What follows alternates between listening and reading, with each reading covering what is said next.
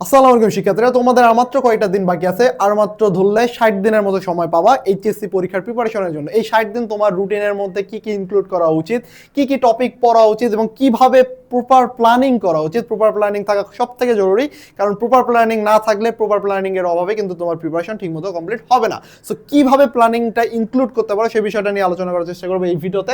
15 ডেজের মধ্যে তোমাকে, আজকের এই ভিডিওটা দেখার পর তোমাকে 15 দিনে একটা রোড ম্যাপ বানাতে হবে, যার মধ্যে তোমার কি কি প্রবলেম আছে সেগুলো ইনক্লুড করতে হবে। কি কি প্রবলেম, লাইক ধরো তোমার হলো কোনো একটা চ্যাপ্টারে কোনো একটা টপিকের গ্যাপ আছে, কোনো একটা চ্যাপ্টার টোটালি গ্যাপ আছে। ধরো তোমার স্থিতিবিদ্যার 8.1 পারো, 8.2 এবং 8.3 পারো না।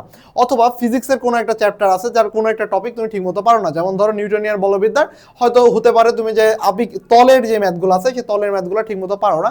তো এইভাবে একটা সুন্দর মতো নোট ধরে বসবা এবং সেখানে সেই প্রবলেমগুলো লিখে রাখবা, এরপর প্রবলেম লিখে রাখার পর এই প্রবলেমগুলো 15 দিনের মধ্যে সলভ করার চেষ্টা করবা। এটা তোমার হলো ফার্স্ট কাজ। সেকেন্ড কাজ হলো 10 ডেজের একটা রিভিশন পিরিয়ড রাখা এবং 10 দিনের মধ্যে তোমার সব সাবজেক্টগুলো রিভিশন দেওয়ার চেষ্টা করবা।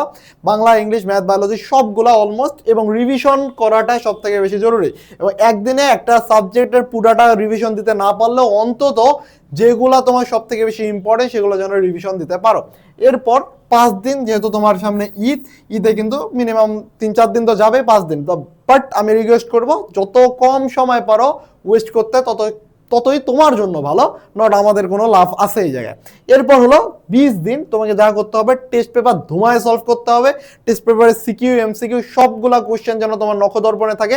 যদি তুমি টেস্ট পেপারের সব ম্যাথ, সব এমসিকিউ পারো, আমি গ্যারান্টি দেবো তোমার A+ কেউ আটকাতে পারবে না। That's it.